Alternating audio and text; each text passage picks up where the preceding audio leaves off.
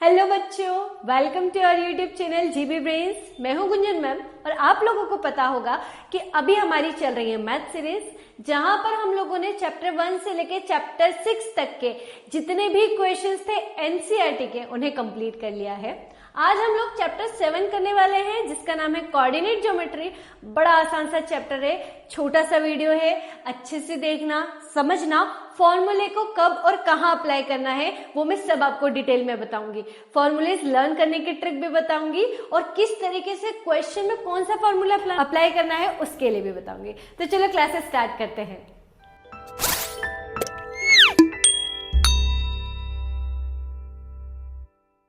तो बच्चों, आज की क्लास हम कहां से शुरू करने वाले हैं? आज की क्लास हम लोग शुरू करने वाले हैं डिस्टेंस फॉर्मूला से। तो देखो, डिस्टेंस फॉर्मूला होता क्या है हमारे पास में? डिस्टेंस फॉर्मूला, क्योंकि कोऑर्डिनेट ज्योमेट्री पढ़ना है हमें, तो कोऑर्डिनेट ज्योमेट्री में पढ़ने के लिए सबसे पहले तो फॉर्मूला पता होना चाहिए। तो डिस्टेंस फॉर्मूला होता क्या है? लेट अस सपोज हमारे पास कोई एक पॉइंट है कोऑर्डिनेट ज्योमेट्री पे और एक कोई पॉइंट बी है। इस पॉइंट ए के कोऑर्डिनेट x1, y1 है, क्योंकि हम अगर ग्राफ पे या फिर एक्स वाई प्लेन पे किसी भी पॉइंट को अगर रिप्रेजेंट करेंगे तो उसके कुछ ना कुछ कोऑर्डिनेट्स होते हैं। ऐसे ही b के x2, y2 इसके कोऑर्डिनेट्स हो गया। तो a पॉइंट से b पॉइंट की जो डिस्टेंस होगी उसे हम बोलेंगे ab। इसकी वैल्यू कितनी होती है? Under root of x2 minus x1 का whole square plus y2 minus y1 का होल स्क्वायर। ये पूरी हमारे पास में डिस्टेंस होती है बेटा। तो इस डिस्टेंस फॉर्मूले के निकालने के लिए या इस डिस्टेंस फॉर्मूला पे बेस्ड क्वेश्चंस हमारे पास में 7.1 पे है। तो चलो स्टार्ट करते हैं 7.1। तो 7.1 का हमारे पास फर्स्ट क्वेश्चन क्या है बेटा? Find the distance between pairs of points. तो ये आपको कुछ पेयर्स दे रखे, तो generally in pairs of points के हमको क्या निकालना है? डिस्टेंस। तो मैं आपको फर्स्ट वाला तो होमवर्क दे रही हूँ क्योंकि इजी है, फिर सेकंड वाले से करवाती हूँ। तो सेकंड वाला पॉइंट, लेट अस सपोज कि इसको हमने ए पॉइंट बोल दिया, ये हो गया 5,7। इस पॉइंट को हमने बी बोल दिया, दैट इज -1,3। इसके कोऑर्डिनेट में x1 y1 कंसीडर कर लूं, इसके कोऑर्डिनेट हम x2 y2 कंसीडर कर ले। तो यहां से लिख लेना डिस्टेंस ऑफ ए बी, ऐसे ही लिखते हैं हम डायरेक्टली। फॉर्मूला लिखेंगे आप सबसे पहले। फॉर्मूला क्या होता है बेटा? x2 माइनस x1 का whole square plus y2 minus y1 का होल स्क्वायर। अब यहां से देखो x2 की वैल्यू कितनी चल रही थी? -1। प्लस माइनस में गलती मत करना, -1 माइनस कर रहे हैं हम उसको -5 से, है ना? तो 2 ब्रैकेट लगेंगे मेरे पास में यहां पर, उसका होल स्क्वायर चल रहा है, प्लस y2 3 है, y1 7 है, उसका होल स्क्वायर। तो देखो यहां से कितना बन जाएगा बेटा? माइनस माइनस तो हो गया प्लस, प्लस 5 में से -1 तो कितना बचेगा? 4, और 4 का स्क्वायर कितना होता है? 16, प्लस यहां से माइनस का 4 बचेगा, पर माइनस भी होगा तो उसका स्क्वायर करना होगा। क्यों? क्योंकि देखो बेटा, -4 का स्क्वायर, इट मीन्स क्या बोल रहे हैं? -4 का मल्टीप्लाई आपको करना है -4 से, तो माइनस माइनस कट जाते हैं मल्टीप्लाई में, है ना? और 4 से कितना बनता है? 16। तो किसी भी नेगेटिव टर्म का स्क्वायर क्या होता है? हमेशा पॉजिटिव होता है, ये याद रखना। या किसी भी नेगेटिव टर्म की पावर अगर इवन है तो वैल्यू हमेशा पॉजिटिव ही आनी है हमारे पास। तो यहां से कितना आ गया बेटा? 16। अब जब मैंने इन दोनों को ऐड किया, क्योंकि दोनों रूट के अंदर है, तो 16 प्लस 16 कितना हो गया? 32। इस 32 को आप रूट से बाहर लिख सकते थे क्या? हाँ, लिख सकते थे। कैसे लिख सकते थे? देखो, मैंने आप लोगों को पिछली क्लासेस में कई बार बताया है कि जब भी मुझे स्क्वायर रूट से बाहर निकालना होगा तो मैं काम करती हूँ, इनका प्राइम फैक्टराइजेशन कर लेती हूँ। तो 2 से किया तो 16, 2 से किया तो 8 टाइम, 2 से किया 4, 2 से किया 2, 2 से किया 1। ये हमारे पास में क्या होगा? इसके फैक्टराइज। अब देखो यहां से एक 2 का पेयर बनेगा, एक 2 का बनेगा और एक रूट में रह जाएगा। तो जो पेयर बन रहे हैं उनसे नंबर बाहर निकाल लो। तो एक तो मेरे पास 2 का पेयर बना था, अगेन 2 का बना था और √2 अंदर रह गया था। तो मेरे पास में डिस्टेंस कितनी बनी? 4√2 यूनिट। क्यों? यूनिट क्यों लिखा? अरे भैया आप लोग इसकी डिस्टेंस मेजर कर रहे हो ग्राफ पेपर पे, या फिर ग्राफिकली हम इसको रिप्रेजेंट कर रहे हैं, या पॉइंट्स के बीच की डिस्टेंस निकाल रहे हैं। तो कभी भी डिस्टेंस बिना यूनिट के मेजर कर पाओगे क्या? किलोमीटर, मीटर, सेंटीमीटर, मिलीमीटर, कुछ तो डिस्टेंस रखोगे, कुछ तो यूनिट रखोगे इस डिस्टेंस की। तो हम यहाँ पर बात करते हैं कि कोई भी एक रैंडम यूनिट होती है तो हम उसको फाइनली कैसे लिख देते हैं? ओनली यूनिट में लिख देते हैं। आपको जिसमें भी मेजर करना है आप कर सकते हैं, क्योंकि हमको मेंशन नहीं था ना कि सेंटीमीटर है कि मिलीमीटर है या किलोमीटर है। तो इस तरीके से आप आंसर फाइनल करके आएंगे। तो आई होप कि आप फर्स्ट वाला क्वेश्चन तो कर लोगे। नेक्स्ट वाला करते हैं, थर्ड वाला। इसको x1 y1 बोल दो, अब तो आपको फॉर्मूला समझ में आ गया होगा, और इसको बोल देते हैं x2 y2। तो अगर मैं इसको a पॉइंट बोलूं और इसको b पॉइंट बोलूं तो डिस्टेंस ऑफ a b कितना हो जाएगा? अब मैं सिर्फ और सिर्फ फॉर्मूले में पुट कर दूं बेटा, x2 माइनस x1 का whole square plus y2 minus y1 का होल स्क्वायर। तो यहाँ पर माइनस है, कितने माइनस से हो गए? कितने माइनस से हैं? 2 माइनस से हैं, और यहाँ पर कितने हो गए? -2b हो गया। इनका स्क्वायर कर देते हैं बेटा। तो माइनस वाली टर्म का तो अभी बताइए क्या होना चाहिए? प्लस। तो यहाँ से बचेगा 4a स्क्वायर, यहाँ से बचेगा 4b स्क्वायर। अच्छा यहाँ से देखो, मैं अगर इनको देखूं तो इन दोनों के पास से तो 4 कॉमन आ रहा है, a square plus b square बच रहा है बेटा। होल स्क्वायर नहीं याद रखना, नहीं तो क्या होता है ना, कई बार बच्चे ना ये स्क्वायर से इसको रूट को कैंसिल कर देते हैं। नहीं बेटा, ये स्क्वायर वाली टर्म बाउंड है, बंधी हुई है, प्लस का साइन है ना, तो ये किसके साथ बंधी हुई है? बी स्क्वायर से बंधी हुई है। तो इन दोनों का स्क्वायर है, होल स्क्वायर नहीं, इंडिविजुअल कट नहीं कर सकते हैं, तो वह गलती मत करना। अब 4 का स्क्वायर रूट कितना होगा बेटा? 2, और अंडर रूट ऑफ क्या बन जाएगा? Only a square plus b square, और ये आंसर हो गया। इसको यूनिट डाल देना एंड दैट्स दी आंसर। तो आपको समझ में आया ना कितना इजी है? बस आपको एक फॉर्मूला पता होना चाहिए। इन फॉर्मूले पे पॉइंट्स के कोऑर्डिनेट्स डाल दो जैसे भी आप लेट करते हैं, और कैलकुलेशन मिस्टेक मत करना। अगर आपका कैलकुलेशन मिस्टेक नहीं हुआ तो सारे क्वेश्चन सही हो जाएंगे। ठीक है, एक होमवर्क दे रही हूं, बाकी आप खुद से कर लेना। चलो नेक्स्ट क्वेश्चन पे आते हैं। क्वेश्चन नंबर 2 क्या दे रखा है? डिस्टेंस फाइंड करना है इन दो पॉइंट्स के बीच में, और इसके बाद में ये जो एडिशनल क्वेश्चन दे रखा है, क्योंकि एनसीईआरटी है तो एनसीईआरटी के एग्जांपल में उन्होंने कुछ दे रखा था, सेक्शन 7.2 उसका क्वेश्चन है, तो आप उसको छोड़ भी सकते हैं। हमको तो क्वेश्चन सिर्फ यहां तक करना है, तो सॉल्यूशन लिख लेते हैं। सबसे पहले लेटेस्ट पॉइंट एक को नाम दे देते हैं P। याद है ना, पॉइंट्स को हमेशा कैपिटल लेटर से रिप्रेजेंट करते हैं, बचपन में पढ़ के आए होंगे आप। तो कभी भी एक पॉइंट को अगर आपको रिप्रेजेंट करना हो तो हमेशा कैपिटल लेटर से रिप्रेजेंट करते हैं, स्मॉल लेटर से रिप्रेजेंट नहीं करते हैं। और एक को बोल देते हैं हम 36,15। अब इसको बोल दो बेटा x1 y1, इसको बोल देते हैं हम x2 y2। तो अगर मुझे x p q के बीच की डिस्टेंस निकालना है तो फॉर्मूला क्या होता है? x2 माइनस x1 का whole square plus y2 minus y1 का होल स्क्वायर।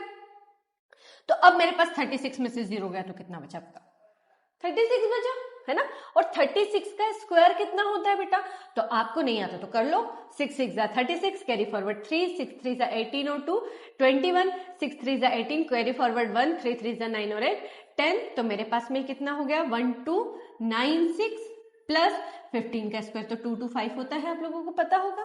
तो देखो ये बेसिक कैलकुलेशन इसलिए करवाती हूँ कि कभी भी छोटी छोटी वैल्यूज में गड़बड़ मत किया करो, ठीक है। आंसर आ जाएगा 6 और 5 11, कैरी फॉरवर्ड 1, यहां से बन गया 12, कैरी फॉरवर्ड 1, 2 2 4 और 1 5, 1 5 2 1। तो क्या ये स्क्वायर रूट से बाहर आ सकता है? ढूंढ लो बेटा।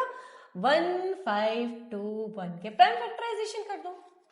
इवन नंबर तो नहीं है तो 2 से तो डिवाइड होना नहीं है, तो 3 से डिवाइड हो जाएगा क्या? 15 और 21 देखे तो 5 टाइम्स, 0 टाइम्स, 7 टाइम्स, है ना।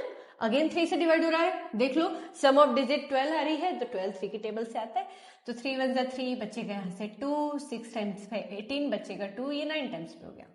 अब 169 किसकी टेबल में आता है? डायरेक्ट ये तो 13 का स्क्वायर होता है, क्योंकि 13 अपने आप में प्राइम नंबर है। तो पेयर किसका बना बताओ? 13 और 3 का। इट मीन्स पी क्यू की डिस्टेंस कितनी हो गई बेटा? 13 3 जा 39, कितनी हो गई? 39 यूनिट, क्योंकि सेंटीमीटर मीटर तो आपको दे नहीं रखा है ना, पॉइंट्स दे रखे, तो पॉइंट्स में इस तरीके से निकाल लेंगे आप। तो आपको समझ में आया ना कितने आसान क्वेश्चन है, बस फॉर्मूले में पुट करो और आंसर आ जाना है, ठीक है। चलो नेक्स्ट क्वेश्चन करते हैं। बहुत छोटा सा ही चैप्टर है ये हमारे लिए, पर उतना ही इंपॉर्टेंट भी है। क्यों? सीबीएसई में बेटा केस बेस्ड स्टडी बनती है इन क्वेश्चन से।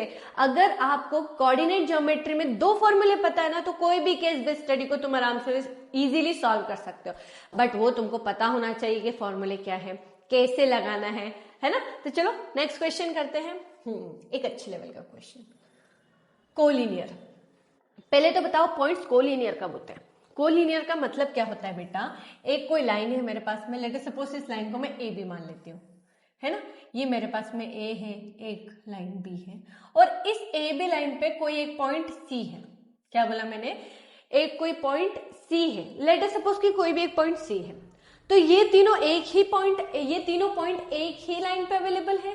तो यस, अगर ये पॉइंट्स तीनों एक ही लाइन पे अवेलेबल है तो हम क्या बोलते हैं, मेरी लाइन कैसी हो गई, कोलिनियर हो गई। या ये लाइन पे अगर अवेलेबल है तो पॉइंट्स कैसे हो गए बेटा, कोलिनियर पॉइंट हो गए। तो कोलिनियर पॉइंट की प्रॉपर्टी क्या होती है कि अगर आप AC को BC में प्लस कर दो, मतलब ये जो भी डिस्टेंस आ रही है रिमेनिंग डिस्टेंस से प्लस कर दो, तो टोटल डिस्टेंस ही तो बनानी है, मतलब AB बनानी है। अब हम देख लेते हैं हमारी कंडीशन फुलफिल हो रही है कि नहीं। वैसे लेट अस सपोज एक मेरे पास में x1 y1 हो गया, और इसको मैंने 2,3 को ऐसे बोल दिया, तो x1 y1 ये हो गया हमारे लिए, और ये x2 y2 हो गया। तो according to formula by distance formula क्या होगा, अब डायरेक्टली सॉल्व करके लिख ले, x2 माइनस x1 का स्क्वायर मतलब 1 का square, plus y2 minus y1 का स्क्वायर मतलब -2 का स्क्वायर। तो मेरे पास में डिस्टेंस कितनी आ गई, 1 और 2 का स्क्वायर तो 4 होता है, ये तो √5 आ गई। कितनी आ गई मेरे पास में, √5 यूनिट। ये तो AB की आई है। अभी मुझे AC और BC दोनों फाइंड करना है, तो अब मैं ले लेती हूँ AC पॉइंट। A पॉइंट तो मेरे पास में 1,5 ही है बेटा, और C क्या आ गया मेरे पास में, C के कोऑर्डिनेट्स आ गए -2, -11।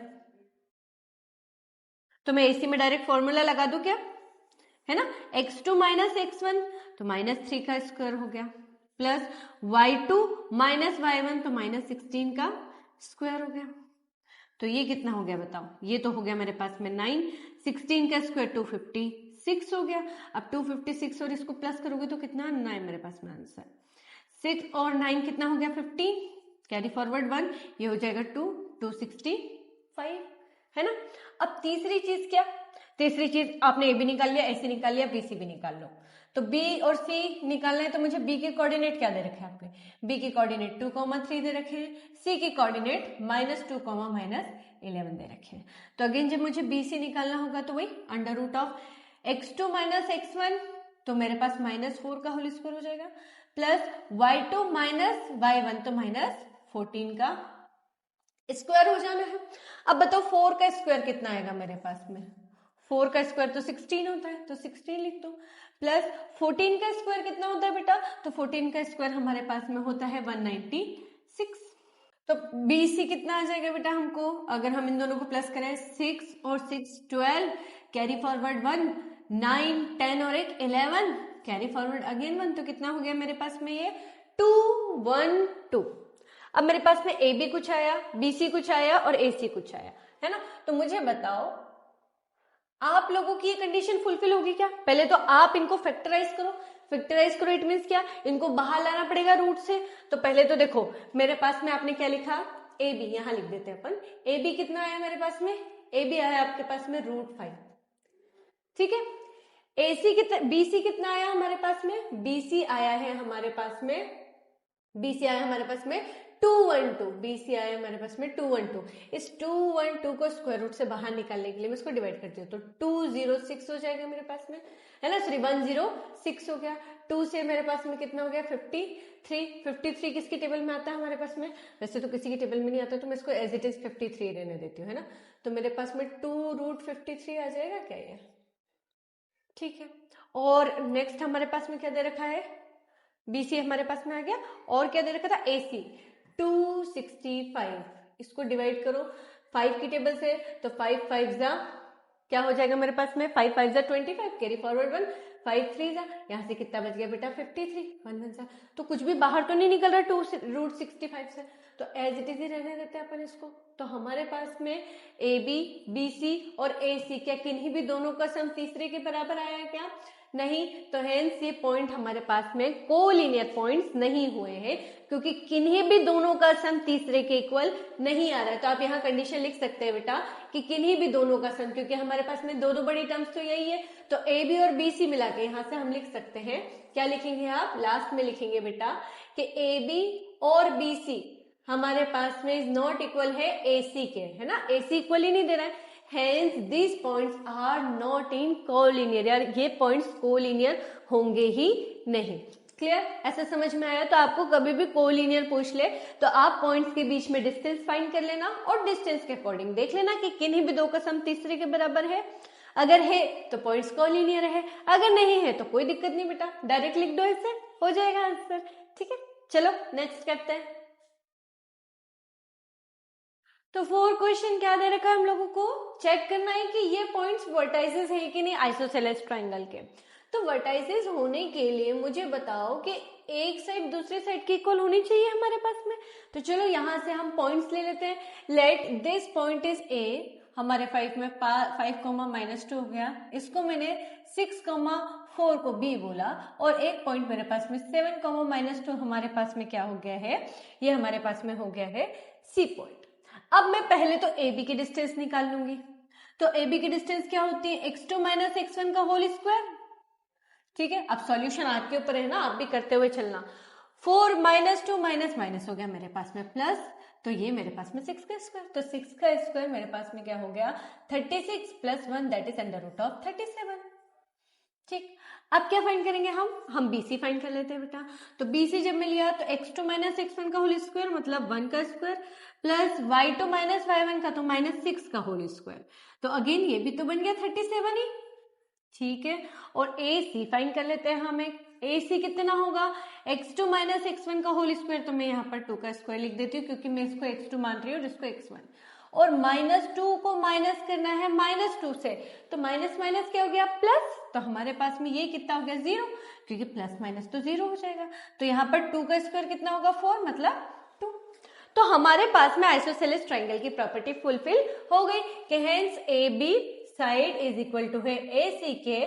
तो हम बता सकते हैं कि ए बी सी एक, ये जो वर्टाइसेस होंगे हमारे पास में ये ए बी सी ट्रायंगल के होंगे, और ये ट्रायंगल एक आइसोसेलेस ट्रायंगल होगा। क्लियर? समझ में आया आप लोगों को कि अगर इस तरीके के क्वेश्चन किए जाए तो कैसे अप्रोच करेंगे? ठीक है, चलो आगे करते हैं। हाँ, इस टाइप का क्वेश्चन बेटा आप लोगों के लिए ना केस स्टडी टाइप होता है हमारे पास में। ठीक है, तो केस स्टडी जैसे होता है, तो हम बता रहे कि 4 फ्रेंड्स ऐसे कुछ इस तरीके से बैठे हैं, तो चंपा चमेली आती है, क्लास में एंटर होती है, और चंपा चमेली को बोलती है, चंपा पूछती है चमेली से कि क्या तुम्हें नहीं लगता कि ये ABCD जो स्टूडेंट्स बैठे हुए हैं ये एक स्क्वायर फॉर्म कर रहे हैं?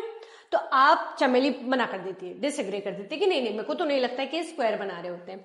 तो आप डिस्टेंस फॉर्मूले का यूज करके बताओ कि इन दोनों में से सही कौन है, चंपा सही बोल रही है कि चमेली सही बोल रही है। तो कोऑर्डिनेट ज्योमेट्री और ग्राफ पे दे रखा है, तो मुझे बताओ क्या तुम लोग ग्राफ पे पॉइंट्स को प्लॉट नहीं कर सकते क्या?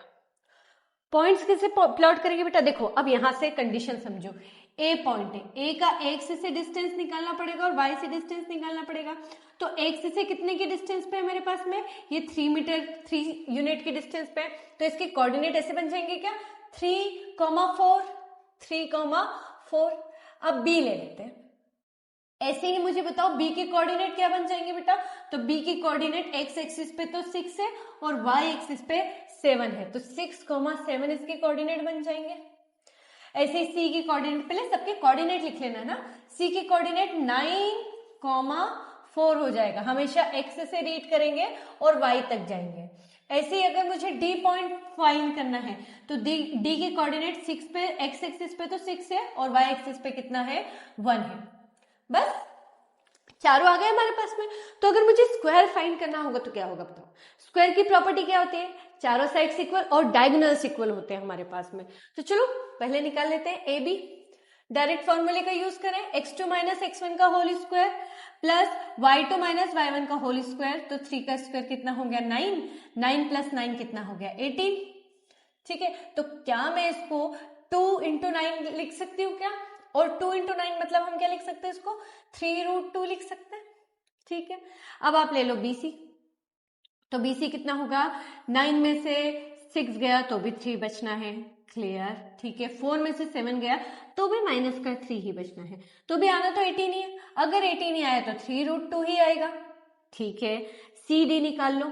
अगर CD निकाल रहे हो तो 6 में से 9 गया तो कितना बचेगा? 6 में से 9 गया तो CD, ये 6 ही है ना हमारे पास में, हाँ 6 C9,4 है। ठीक है, तो 6 में से 9 गया तो कितना बचा? माइनस का 3 बचा। ठीक है, और 1 में से 4 गया तो भी तो माइनस का 3 बच रहा है। और अगर स्क्वायर वाले टर्म में आना तो पॉजिटिव ही है, तो भी बनना तो 18 ही है बेटा हमारे पास में। इट मीन्स 3√2 ही बनना है। और क्या?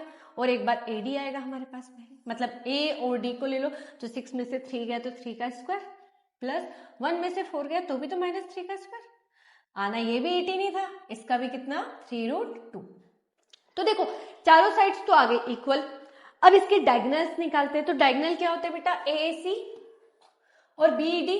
अब AC निकाल लो, A और C के बीच में डिस्टेंस कर लो, तो AC कितना आएगा? 9 में से 3 गया तो कितना आएगा? 6 का स्क्वायर, प्लस 4 में से 4 गया तो कितना बचेगा मेरे पास में? 0 का स्क्वायर। इट मीन्स कुछ नहीं, 36 बन रहा है, 36 को हम 6 लिख सकते थे। ऐसे BD भी ले लेंगे अपन। BD कितना आएगा बेटा हमारे पास में? 6 में से 6 गया तो 0 का स्क्वायर बन जाएगा, प्लस 1 में से 7 गया तो -6 का स्क्वायर बन जाएगा। इट मीन्स ये √36 आया, ये कितना है? 6। तो क्या मेरे पास डायगोनल इक्वल आ गए? हाँ, डायगोनल इक्वल आ गए, पर साइड्स के इक्वल नहीं बताना है बेटा उसको। डायगोनल अपने आप में एक दूसरे के इक्वल होते, साइड्स के इक्वल नहीं होते। तो यहां से आप बता देना कि ABCD मतलब ABBCCD और AD चारों साइड्स इक्वल हैं और उनके डायगोनल्स की लेंथ भी इक्वल है। तो हेंस ABCD क्या फॉर्म कर रहा है? एक स्क्वायर फॉर्म कर रहा है।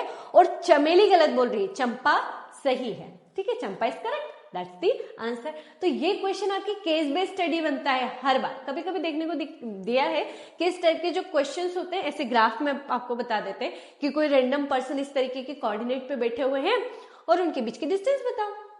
तो आप क्या करोगे? आप बस जो कोऑर्डिनेट से पहले तो उनको फाइंड कर लो बेटा, और उन पॉइंट्स के बीच की डिस्टेंस फाइंड कर लो, आंसर आ जाएगा, है ना। चलो नेक्स्ट क्वेश्चन। अच्छा ठीक है, आप यहां से ये क्वेश्चन मुझे खुद से करके बताएंगे बेटा। ये A दे रखा है, इसको B बोला है, इसको C बोला है, इसको D बोला है। आप फाइंड क्या करेंगे? आप सभी में क्या फाइंड करेंगे? आप मुझे AB फाइंड करके बताएंगे, आप मुझे BC फाइंड करके बताएंगे, आप CD फाइंड करेंगे, आप AD फाइंड करेंगे। पहले तो ये चार साइड्स फॉर्म करेंगे, क्यों? क्योंकि आपसे पूछा है क्वाड्रिलेटरल। अब जब आपने करा तो इनके डायगोनल्स भी फाइंड करना पड़ेंगे, जैसे हमने AC किया है और BD किया है। ठीक, अब सुनो मेरी बात।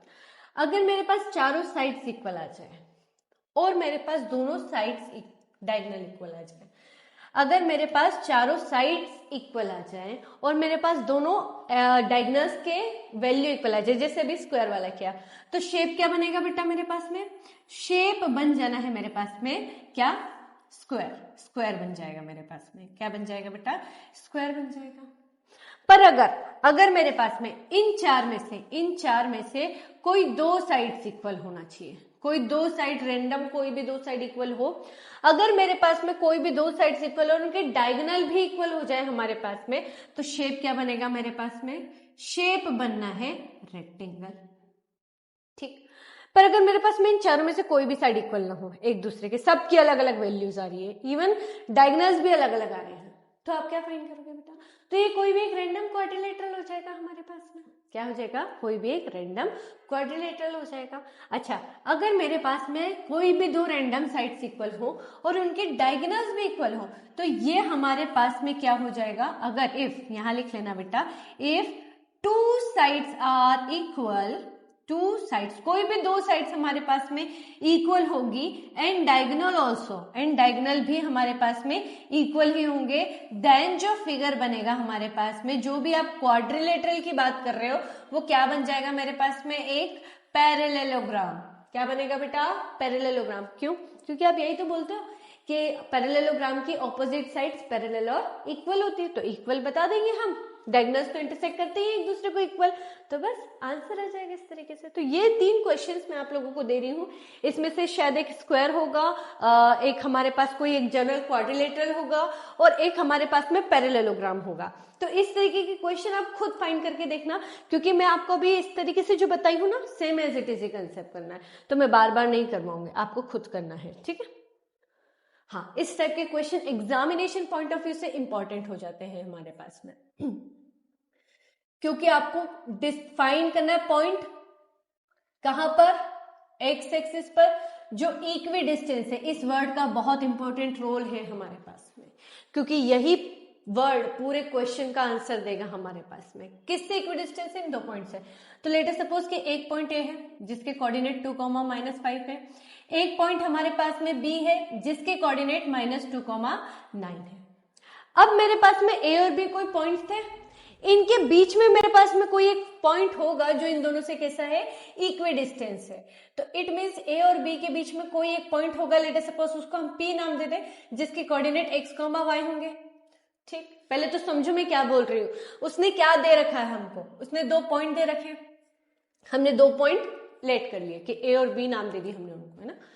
अब क्या बोल रहे हैं बेटा, एक ऐसा पॉइंट फाइंड करो, एक ऐसा पॉइंट फाइंड करो जो इक्वी डिस्टेंस होना चाहिए। इक्वी डिस्टेंस मतलब ए पी जितना है उतना पी बी भी होना चाहिए। अब ये जो पी पॉइंट है, इस पी पॉइंट की स्पेशलिटी क्या है, एक और कंडीशन डाल दी कि पी पॉइंट कहां पर है, आपके एक्स एक्सिस पे अवेलेबल है। और अगर ओनली एक्स एक्सिस पे है तो उसका वाई से तो कोई कांटेक्ट ही नहीं है, और अगर उसका वाई से कांटेक्ट ही नहीं है बेटा, तो यहाँ पर वाई की वैल्यू कितनी हो गई हमारे पास में।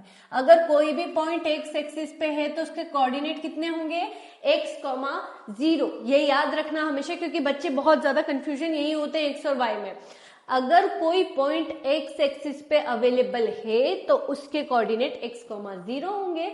अगर y पे अवेलेबल होगा तो क्या करोगे, तो उसके कोऑर्डिनेट होंगे 0, y, क्योंकि x तो होगा ही नहीं, x पे तो डिस्टेंस ही नहीं होगी। तो इस तरीके से क्वेश्चंस को अप्रोच करना है। अब देख लो, अगर इक्वी डिस्टेंस है तो अकॉर्डिंग टू क्वेश्चन AP की जितनी डिस्टेंस होगी उतनी ही PB की भी होगी। Equi distance, equal distance. अब अगर मैं इसमें फॉर्मूला लगाऊं तो मेरे पास में फॉर्मूला क्या बन जाएगा, AP इन दोनों के बीच में, तो x2 - x1 का whole square plus y2 - y1 का होल स्क्वायर, माइनस माइनस होगा प्लस। क्लियर।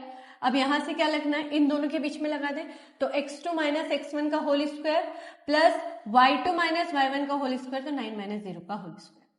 अब दोनों तरफ रूट है तो रूट से रूट कट कर दो, डायरेक्टली कट हो जाएगा। x - 2 का होल स्क्वायर क्या होता है पता है, x स्क्वायर 4 स्क्वायर नहीं, a - b का होल स्क्वायर होता है। बहुत सिली मिस्टेक है, बच्चे यहीं पे कंफ्यूज होते हैं सबसे ज्यादा। तुम लोग की पता नहीं फॉर्मूला अप्लाई करने में क्या दिक्कत आती है कि तुम लोग ना ये a - b तो छोड़ ही देते हो कि क्या लिखा है, सीधा डायरेक्ट फॉर्मूला लगा देते हो। नहीं बेटा, यहाँ पर होल स्क्वायर चल रहा है तो होल स्क्वायर का फॉर्मूला लगाना पड़ेगा, a² + b² - 2ab। हम बोलते हैं x y है, पर जो यहाँ पर a और b होगा उसकी वैल्यू पुट करके रखेंगे हम, है ना। प्लस यहाँ पर 5 का स्क्वायर कितना होगा, 25। अब यहां से ये तो दोनों टर्म नेगेटिव है। अब ये कौन सा फॉर्मूला होता है, तो मुझे एक बात बताओ, क्या तुम दोनों में से माइनस कॉमन नहीं ले सकती क्या, तो ये दोनों प्लस हो जाएंगे। और माइनस वाली टर्म का अगर स्क्वायर भी करोगे तो माइनस तो प्लस में चेंज होना है। तो इट मीन ये दे क्या रखा है, ये कुछ नहीं दे रखा है बेटा, आपको a + b का होल स्क्वायर दे रखा है, तो इसको भी करो, a का स्क्वायर प्लस b का स्क्वायर, तो a का स्क्वायर तो 4 का स्क्वायर, b का square x square plus 2a और b, क्योंकि a मेरे पास में यहाँ पर 2 है ना, तो कितना हो जाएगा ये भी, ये हो जाएगा 4x प्लस 9 का स्क्वायर 81, क्योंकि रूट से रूट तो कैंसिल कर दिया था, है ना, दोनों तरफ इक्वल में रूट थे तो कट हो गया। अब x स्क्वायर भी दोनों के पास है, कट कर दो। यहां पर मेरे पास में 24 और 25 और 4 कितना हुआ, 29 हमारे पास में, और यहाँ पर 85 हुआ, तो 25 इधर आएगा, 29 इधर आएगा, तो माइनस में हो जाएगा। ये माइनस का 4x, ये माइनस का 4x इधर आएगा तो नेगेटिव। समझ में आया मैंने क्या करा, 25 और 24 कितना हुआ, सॉरी 25 और 4 कितना हुआ, 29, प्लस का 29 शिफ्ट किया 81 के पास में, 81 और 4 85 हो गया, तो 85 माइनस 29 हो जाएगा, और ये प्लस का 4x इधर आएगा तो कितना हो जाएगा, माइनस का 4x हो जाएगा। अब देखो यहां से मेरे पास में वैल्यू कितनी आ रही है, तो मेरे पास में माइनस माइनस हो गया प्लस, माइनस का 8x आ जाएगा, 85 में से 29 जाएगा, तो 85 में से 9 गया तो कितना बचेगा, ये बन जाएगा 15, 15 में से 9 गया तो बचेगा 6, ये बचा 7 में से 2 गया तो 9। अब मेरे पास में x की वैल्यू कितनी आ गई बेटा, 56/8, माइनस का 7 आंसर आएगा क्या मेरे पास में। तो मेरे पास में P पॉइंट के कोऑर्डिनेट क्या आ गए बताओ, -7,0। बस, तो आपको पता चला कि ऐसे क्वेश्चन करना है। अगर देखो बहुत इंपॉर्टेंट क्वेश्चन है, आप लोगों के एग्जामिनेशन पॉइंट ऑफ व्यू से ऐसे क्वेश्चन बार बार पूछे जाते हैं बेटा। अगर आपको एक पॉइंट दे दे, पॉइंट के कोऑर्डिनेट फाइंड करना है, उसका एक्स एक्सिस से डिस्टेंस दे दे तो डिस्टेंस फॉर्मूला तो अप्लाई करना है। 2 पॉइंट दे दे तो पहले तो 2 पॉइंट ड्रॉ कर लो, इनके बीच में कोई पॉइंट बना दो P, उसके कोऑर्डिनेट जो भी कंडीशन दे रखी है उसके अकॉर्डिंग कोऑर्डिनेट्स बना दो, फॉर्मूला अप्लाई कर दो, आंसर डायरेक्ट आ जाएगा आपके पास में। इतना परेशान होने की जरूरत नहीं, बस प्रैक्टिस चाहिए, कॉन्शियस माइंड चाहिए। अगर फोकस होके कोई भी क्वेश्चन करोगे तो इजीली सॉल्यूशन होगा। अगर कहीं पर भी स्क्वायर लगाने में दिक्कत करा, होल स्क्वायर ओपन नहीं कर पाए, स्क्वायरिंग करने में, जैसे 9 का स्क्वायर बोल रहे हो, 9 स्क्वायर 81 होता है, हम 18 लिख रहे हैं, गड़बड़ आपकी हो सकती है, तो ध्यान से करना, सारे सॉल्यूशंस आ जाएंगे। ठीक है, चलो। तो क्वेश्चन नंबर 8 क्या दे रखा है हमारे पास में, हमको वैल्यू फाइंड करनी है, वैल्यू फाइंड करनी है y की, जो डिस्टेंस है पॉइंट P और पॉइंट Q की 10 यूनिट्स। ठीक है, पॉइंट P कितना दे रखा है मुझे, 2,-3, Q कितना दे रखा है, 10,-5, और गिवन इस बार क्या दे रखा है पता है बेटा, इस बार गिवन दे रखा है कि आपकी जो PQ की डिस्टेंस आती है कितनी है, ऑलरेडी गिवन है 10 यूनिट्स की। तो पॉइंट्स तो मुझे आपने दे रखे हैं, मुझे पता है डिस्टेंस है तो डिस्टेंस फॉर्मूला तो अप्लाई करना पड़ेगा। तो चलो डिस्टेंस फॉर्मूला लगाते हैं। PQ का क्या होगा, √x2 - x1 का whole square plus y2 - y1 का होल स्क्वायर। ठीक है, अब PQ को कितना लिखा है आपने, 10 लिखा है, और मुझे रूट हटाना है इधर से, तो रूट हटाने के लिए हम क्या करेंगे बेटा, इसको एज इट इज यही लिख देती हूँ मैं वापस। 10 में से 2 गया तो 8 का स्क्वायर बचेगा यहाँ से, और यहाँ तो y + 3 एज इट इज ही बचना है मेरे पास में। अब मुझे अगर रूट हटाना है तो मुझे दोनों तरफ स्क्वायर करना पड़ेगा, है ना, तभी जाके तो हमारे पास रूट हट जाएगा। अब अगर मैंने यहाँ से किया तो 10 का स्क्वायर कितना हो गया, 100, 8, अब यहाँ से स्क्वायर तो हट गया, रूट तो हट गया हमारे पास में, क्योंकि ऊपर रूट 2 चल रहा था हमारे पास, तो रूट से स्क्वायर तो कैंसिल हो गया। अब 8 का स्क्वायर कितना हुआ बेटा, 64, और ये क्या चल रहा है, y + 3 का whole square, it means a + b का होल स्क्वायर, तो कितना होगा, y² + 9 + 3 × 6 y। कुछ इस तरीके की कंडीशन बननी है हमारे पास में। अगर इस तरीके की कंडीशन है तो इसको सॉल्व कर लो, तो हमारे पास में y² + 6y + 64 प्लस में है, +9 है, अब ये 100 उठ के इधर आ जाएगा तो माइनस हो जाएगा हमारे पास में, इज इक्वल टू 0। तो आपके पास 64 और 9 कितना हो गया, 73। इस 73 को हम माइनस कर देते हैं 100 से, तो यहाँ से बचेगा 7, 9 में से गया तो 27। अब 27 माइनस का आ गया, तो हमारे पास में इक्वेशन क्या बनी, y² + 6y माइनस का 27 इज इक्वल टू 0। तो आप क्या बात कर रहे हैं बेटा, आप यहाँ से ऐसा नंबर ढूंढेंगे जिसको मल्टीप्लाई करने पे 27 आ जाए, प्लस माइनस करने पे 6 आ जाए, मिडिल टर्म स्प्लिट करनी पड़ेगी। तो हमको पता है 9 और 3 दिख रहा है ऐसा, 9y और 6y, 3y है ना, 9 3 = 27, 9 में से 3 गया तो 6 भी बचेगा। तो देखो यहाँ से भी हमारे पास कंडीशन वेरीफाई हो जाएगी। अब ब्रैकेट्स बना लेना, दोनों में से y कॉमन, 9 बच जाएगा, यहाँ से -3 कॉमन, यहाँ से भी y + 9 बच जाएगा। तो मेरे पास में y की 2 कंडीशन हो सकती है, एक तो मेरे पास में -9 आ सकता है और एक बार मेरे पास +3 आ सकता है। तो y इज इक्वल टू एक बार तो -9 बेटा, और एक बार y इज इक्वल टू कितना हो सकता है मेरे पास, +3। ये दोनों ही आंसर होंगे। फाइंड करना था वैल्यूज, ऑलरेडी देखो उसने बोल रखा था y की एक वैल्यू नहीं है, वैल्यूज है, वैल्यूज मतलब एक से ज्यादा वैल्यू आएंगे, तो देखो मेरी एक से ज्यादा ही वैल्यू आई है, तो ये आंसर हो गया।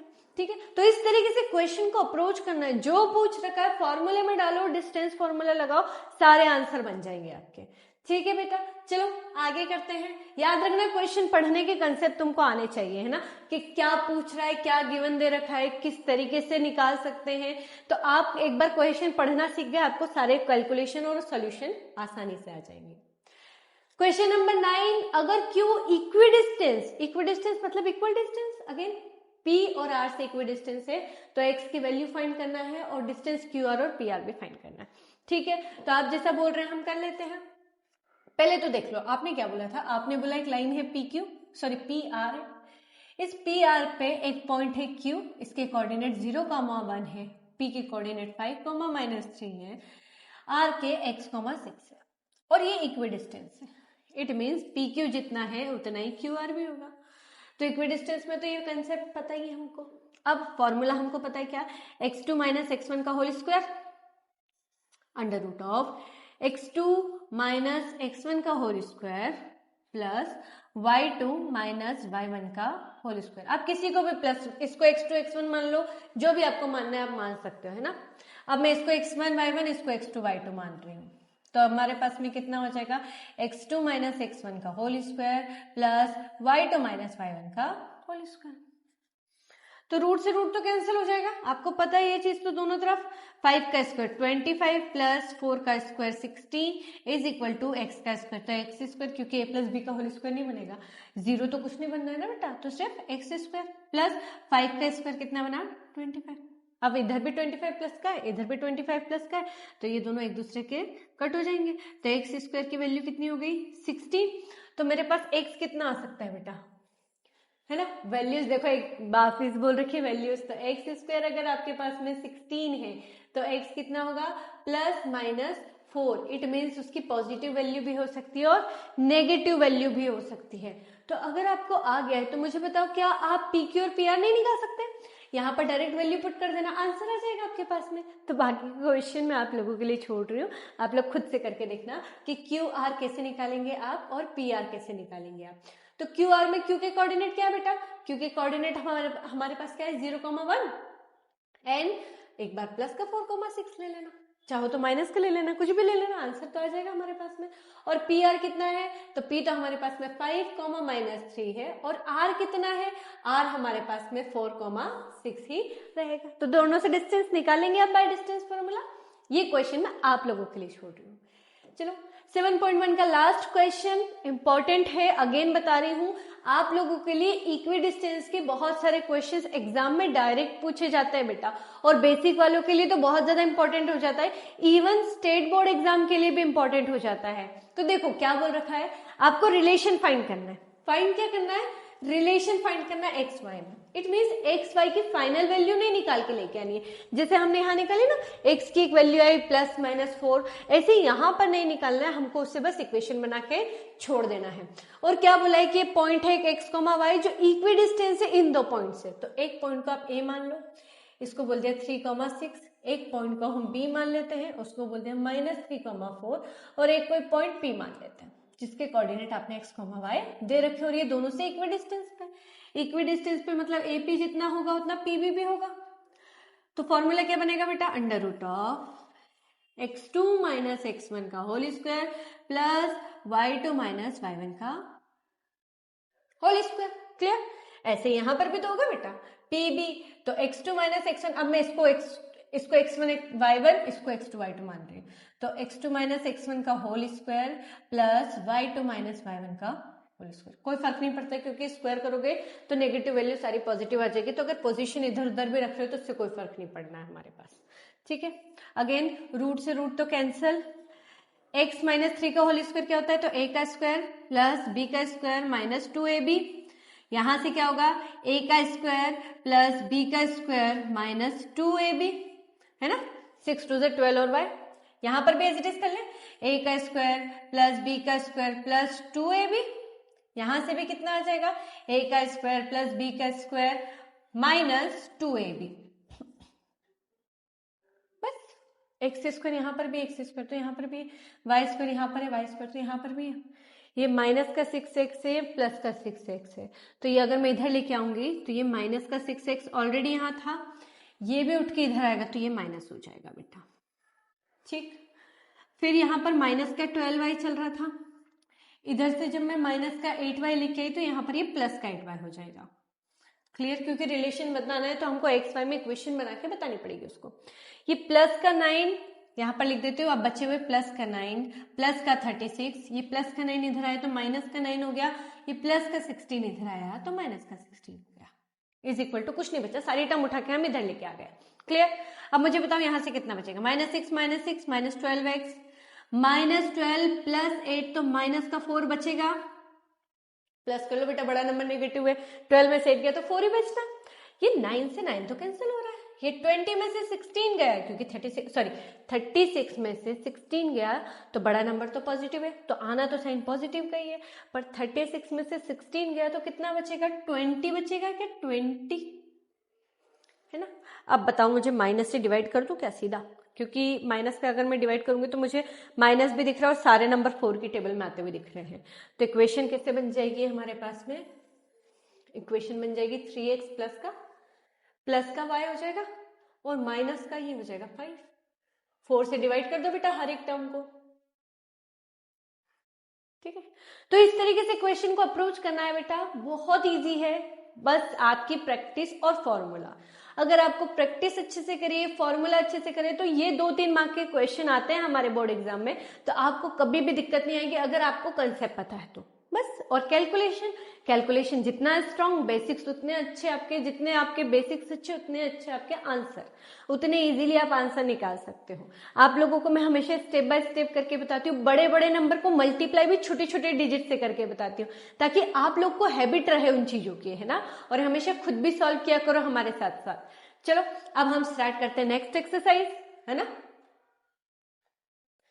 तो बच्चा पार्टी यहां से शुरू होती है हमारी एक्सरसाइज 7.2, है ना। हमारे पास में एक्सरसाइज 7.2 स्टार्ट होती है। तो यहाँ पर है सेक्शन फॉर्मूला याद तो करना पड़ेगा बेटा। तो याद करने के लिए कोई ट्रिक है? हाँ ट्रिक है। आप क्या करो, आप एक लाइन कंसीडर करो, है ना, एक लाइन के कोऑर्डिनेट्स फाइंड करो। तो देखो जैसे ए बी मान लिया हमने, इसके कोऑर्डिनेट x1 y1 होते हैं, अभी तो हमको पता है। इसके कोऑर्डिनेट x2 y2 होते हैं। एक कोई पॉइंट होता है हमारे पास में जिसके कोऑर्डिनेट हमको फाइंड करना होता है x और y के फॉर्मेट में, ठीक। अब ये जो पॉइंट होता है ना, ये या इस पूरी लाइन को कुछ ना कुछ रेशियो में डिवाइड कर देता है। कितने रेशियो में डिवाइड करता है? लेट अस सपोज इसको m1 m2 रेशियो में ये इसको डिवाइड कर रहा होता है, ठीक है। क्या डिवाइड कर रहा होता है, किस में डिवाइड करेगा? m1 m2 रेशियो में डिवाइड कर रहा होता है। तो मुझे p पॉइंट के कोऑर्डिनेट फाइंड करना होते हैं, ठीक है। सेक्शन फॉर्मूला वही, अभी मैं सेक्शन फॉर्मूला आपको याद करना बता रही हूँ कि कैसे करते हैं। तो मुझे इसके x के कोऑर्डिनेट और y के कोऑर्डिनेट लिखना होते हैं। तो यहाँ पर मैं लिखती हूँ x के कोऑर्डिनेट फाइंड कैसे करोगे आप? पहले तो x फाइंड करना पड़ेगा ना अपने को। तो x फाइंड कैसे करोगे? सुनो मेरी बात, पहले तो नीचे लिख लो m1 और m2 जो भी आपको दे रखा है रेशियो, कॉमा y के कोऑर्डिनेट करोगे तो भी m1 प्लस m2 तो लिखना ही पड़ेगा। इतना समझ में आया? अब सुनो क्या बोला मैंने, एक बार m1 लिखा तो इसका मल्टीप्लाई कर दो x2 के साथ में। क्या कर दो? m1 का मल्टीप्लाई कर दो x2 के साथ में, और एक बार m2 का मल्टीप्लाई करो x1 के साथ में। मतलब अगर आप m1 लिख रहे हो तो x2 के साथ मल्टीप्लाई करना, और अगर आपने m2 लिखा तो x1 के साथ मल्टीप्लाई करना। ऐसे मत लिखना कि m1 और x1 लिख दिया, है ना, वो नहीं लिखना है हमको। देखो कहीं दिख रहा है कि आपको लिखा हुआ नहीं। तो यहां पर आप क्या करोगे बेटा, अगर मुझे x कोऑर्डिनेट, ये पूरी वैल्यू किसकी आपको पता है ना, ये x कोऑर्डिनेट की वैल्यू है। तो अगर मुझे x रखना है तो x ही रखना पड़ेगा। अब m1 का पहले मल्टीप्लाई करेंगे हम x2 के साथ में और m2 का x1 के साथ में। अब जो भी मल्टीप्लाई करोगे उसको हम कर देंगे प्लस, ये बन गए x की कोऑर्डिनेट। बहुत इजी था। ऐसे ही यहां पर करो तो यहां पर भी m1 और m2 ही लिखेंगे और इन दोनों को कर देंगे प्लस, पर m1 का मल्टीप्लाई मैं करूंगी y2 के साथ में और m2 का मल्टीप्लाई करूंगी मैं y1 के साथ में। आगे पीछे कैसे भी लिखो कोई फर्क नहीं पड़ता क्योंकि मल्टीप्लाई है, ठीक है। तो ये पूरा बन गया फॉर्मूला। कितना देर लगी याद करने में? 2 सेकंड का काम था, तुरंत याद हो गया। तो इस तरीके से आपको अप्रोच करना है, एग्जाम में कभी नहीं भूलोगे बेटा। अगर मुझे x के कोऑर्डिनेट फाइंड करना है, जैसे p x, y है, तो आप क्या करोगे, नीचे तो जो भी रेशियो दे रखा है उसको प्लस कर देना बेटा, ऊपर में इनका मल्टीप्लाई। अगर मैं x वाला टर्म लिख रही हूं तो मेरे को x ही लिखना पड़ेगा। तो अगर m1 है तो x2 लिखना, m2 है तो x1 लिखेंगे, दोनों को प्लस कर देना क्योंकि ऊपर नीचे प्लस का साइन। तो इस तरीके से सेक्शन फॉर्मूला है, आप इसको याद कर सकते हैं। ये तो मेरी बनाई ट्रिक है, आपको अच्छी लगी तो आप अप्लाई करना, नहीं अच्छी लगी तो खुद बना लेना, नहीं तो फिर फॉर्मूला तो है याद करने के लिए, तो उसको रट लेना। चलो इस पर बेस्ड क्वेश्चन करते हैं बेटा। सेक्शन फॉर्मूला से बेस्ड बहुत इंपॉर्टेंट क्वेश्चन बनते हैं, 3 मार्क के क्वेश्चन बनते हैं, आपके एग्जामिनेशन पॉइंट ऑफ व्यू से बहुत इंपॉर्टेंट बनते हैं। तो सीरियस होके अब क्वेश्चंस को करना, खुद भी करते चलना। वीडियो देखने से सिर्फ देखने भर से मैथ्स नहीं हो जाता, हर बार बोलती हूँ, अभी भी बोल रही हूँ। अगर आप उसको सॉल्व नहीं करेंगे, अगर आप पेन पेपर पे अपनी प्रैक्टिस नहीं करेंगे बेटा, तो due to lack of practice आप अपने बोर्ड एग्जाम में मार्क्स गेन नहीं कर पाएंगे, ठीक है। और अगर मार्क्स लेके आना है तो प्रैक्टिस तो करनी पड़ेगी, चाहे देख के करो, चाहे क्वेश्चंस को अटेम्प्ट करो, कैसे भी करो, पर प्रैक्टिस खुद से भी बनाए रखो, ठीक है। चलो क्वेश्चन करते हैं। फर्स्ट क्वेश्चन दे रखा है, कोऑर्डिनेट फाइंड करना है हमको पॉइंट के। तो लेट अस सपोज के एक पॉइंट हमारे पास है जिसकी कोऑर्डिनेट x, y है। पॉइंट्स इन दोनों को, एक पॉइंट A बोल देते हैं जिसकी कोऑर्डिनेट 1, 7 है, दूसरे पॉइंट को हम B बोल देते हैं जिसकी कोऑर्डिनेट 4, -3 है। इन दोनों को डिवाइड कर रहा है एक पॉइंट P जिसके कोऑर्डिनेट तो मुझे फाइंड करना है, और किस रेशियो में डिवाइड कर रहा है बेटा, तो इसको बोलते थे 2, ये हो गया 3। अब सुनो, मैं पहले वाले में आप लोग को लेबलिंग करके बता रही हूँ कि किस किस को कैसे रखना है, क्योंकि पहली बार में हम चीजें समझते हैं, फिर बस प्रैक्टिस। तो इसको मैं x1 y1 बोलूंगी पहले, इसको हमने x2 y2 बोला है ना, ये 4 लिखा है, ये 4 है। इसको मैं m1 बोल रही हूँ, इसको हमने m2 बोला। अब जब आप सेक्शन फॉर्मूला लगा रहे हो तो आपका फॉर्मूला सही होना चाहिए। अगर फॉर्मूला सही है तो वैल्यू पुटिंग सही होना चाहिए, नहीं तो पूरा आंसर गड़बड़ हो सकता है। तो इस p के कोऑर्डिनेट क्या होंगे, अब यहाँ पर p लिखेंगे है ना, क्योंकि p के कोऑर्डिनेट फाइंड कर रहे हो तो ऐसे ही लिखना पड़ेगा हमको। अब यहाँ से लिखेंगे, पहले तो लिखो m1 + m2, ठीक है। तो m1 + m2, मैं फॉर्मूला थोड़ी लिख रही हूँ, मैं तो उनकी वैल्यू लिख रही हूँ आप लोगों के पास में। यहाँ लगना है हमेशा प्लस का साइन, क्लियर। यहाँ पर m1 और m2 लिखा मैंने पास में, m1 मेरे पास 2 था, तो यहां से चलो इसको मल्टीप्लाई करना है मेरे पास में 4 से, तो मैं 4 का मल्टीप्लाई तो 2 से करूंगी, और x1 का m2 से, तो ये हो जाएगा मेरे पास में -1 का मल्टीप्लाई। देखो कितनी आसानी से बन गए हमारे पास कोऑर्डिनेट्स। अगेन यहाँ पर लिखेंगे 2 + 3, क्योंकि y के कोऑर्डिनेट है, तो मेरे पास में लिखना तो वही है, 2 + 3 का मल्टीप्लाई करेंगे। अब मुझे यहाँ पर m1 है तो y2 लेना पड़ेगा, तो ये y2 है मेरे पास में -3, इसको मल्टीप्लाई करना पड़ेगा, प्लस y1 कितना है 7 का मल्टीप्लाई यहाँ कर दो, बस। अब देखो हो गई पूरी वैल्यू, रख दी, वैल्यू पुटिंग हो गई हमारे पास में। तो p के कोऑर्डिनेट क्या हो जाएंगे, p x, y कितना हो जाएगा बेटा, अब बस सॉल्व करना है। 4 2 8, BODMAS rule, 4 2 8 plus minus minus, 3 1 3 whole divided by 5, 3 2 6 minus का प्लस का 21, 7 3 21 होल डिवाइडेड बाय 5। तो मेरे पास में यहाँ से बचा 5 by 5, अच्छा 21 में से करोगे तो कितना आ जाएगा, 15 आ जाएगा क्या, 15 by 5। अब दोनों कट रहे हैं तो ये कितना हो जाएगा 1, 3। तो p के कोऑर्डिनेट कितने आ गए हैं 1, 3, एंड दैट्स द आंसर। तो आई होप आप लोगों को समझ में आया होगा कि मैंने किस तरीके से वैल्यू पुटिंग करी, कितना कॉन्शियसली और कितना फोकस होकर इस पे काम करना पड़ेगा, क्योंकि एक नहीं है कई सारी वैल्यूज है, तो आपको वहां पर वैल्यू पुटिंग करते समय बहुत ध्यान रखना है। और बोर्ड एग्जाम में तो एक ही क्वेश्चन आना है, एक आध क्वेश्चन कुछ बनना है, तो बेटा जब वहां वो वैल्यू पुट कर रहे हो तो आपको बिल्कुल ध्यान रख के करना है, और ये ध्यान तभी रख पाओगे जब प्रैक्टिस अच्छी हो जाएगी आप लोगों की। तो प्रैक्टिस करते रहो बेटा। नेक्स्ट क्वेश्चन पे चलते हैं, ट्राई सेक्शन। अगेन बहुत इंपॉर्टेंट क्वेश्चन है आपके एग्जामिनेशन पॉइंट ऑफ व्यू से, क्योंकि लाइन को ट्राइसेक करना, बाइसेक करना हमेशा पूछता है। तो ट्राइसेक करना और पॉइंट्स के कोऑर्डिनेट्स, पॉइंट से बेटा बहुत सारे पॉइंट्स हैं यहाँ तो चलो यहाँ पर हम इनके कोऑर्डिनेट स्टार्ट करते हैं। एक लाइन हम ड्रॉ कर लेते हैं, एक लाइन मेरे पास में ए है और बी है ना, एक ए बी लाइन है, एक की कोऑर्डिनेट 4, -1 है, और एक बी की कोऑर्डिनेट -2, -3। अब मेरे पास में ट्राई सेक्शन हो रहा है, मतलब 3 टुकड़े हो रहे हैं। अगर एक लाइन है, एक लाइन को हम P पॉइंट पे रखें तो P पॉइंट उसको 2 पार्ट में डिवाइड करेगा, ठीक।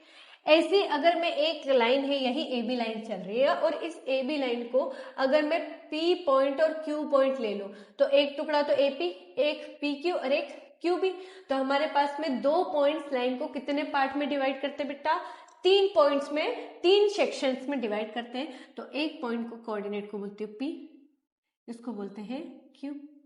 अब यहां से अगर आपने इसको तीन टुकड़े, तीन इक्वल ट्राई सेक्शन मतलब तीन इक्वल पार्ट्स में, तो ए से लेके पी तक तो मेरे पास में 1 रेशियो, पी से क्यू तक का 1 रेशियो और क्यू से बी तक का 1 रेशियो। ठीक, अब आपको पी और क्यू के कोऑर्डिनेट फाइंड करना, तो इसको अपन आगे मान लेते हैं। लेट अस सपोज हम मानते हैं, हम पहले पी पॉइंट लेते हैं, तो पी के कोऑर्डिनेट मैंने x, y लिया बेटा। ठीक, तो मुझे बताओ ए के तो 4, 1 थे, -1, और बी के कितने थे, -2, 3 थे।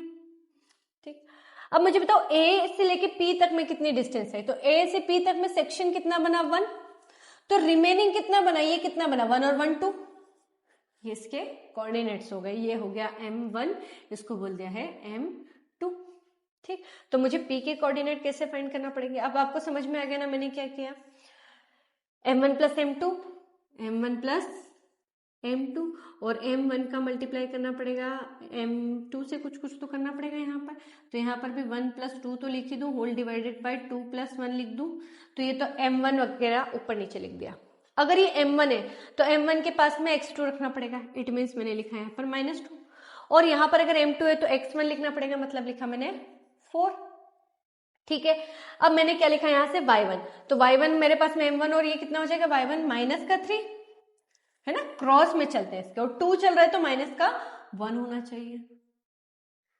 ठीक है, तो अब p के कोऑर्डिनेट्स क्या बने मुझे बताओ, p के कोऑर्डिनेट्स हमारे पास में क्या बन जाएंगे बेटा, p के कोऑर्डिनेट x, y कितने बन जाएंगे हमारे पास में, अब मैं डायरेक्ट सॉल्व कर दूं, तो 2 1 = 2 और 4 2 = 8, 8 में से 2 गया तो कितना बचेगा, 8 में से 2 गया तो 6, 6/3 दैट इज 2 बनना है हमारे पास में। कोऑर्डिनेट डायरेक्ट सॉल्व करके बता रहे हो, अब तक आपको समझ में आ गया होगा।